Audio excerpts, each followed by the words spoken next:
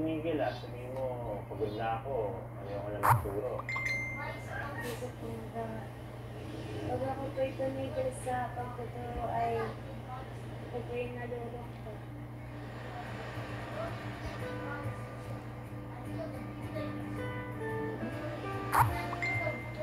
Pagsapit ng Lunes, naghanda na ang mga batang pumasok sa kanilang formal na eskwelahan.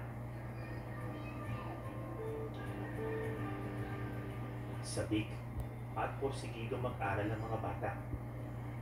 Pero hindi lang determinasyon at sakripisyo ang kailangan para umangat ang kalidad ng edukasyon sa bansa.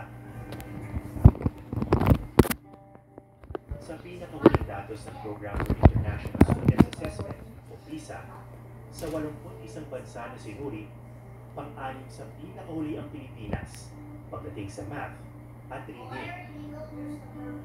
At pangatlo naman sa pinakahuli pagdating sa science.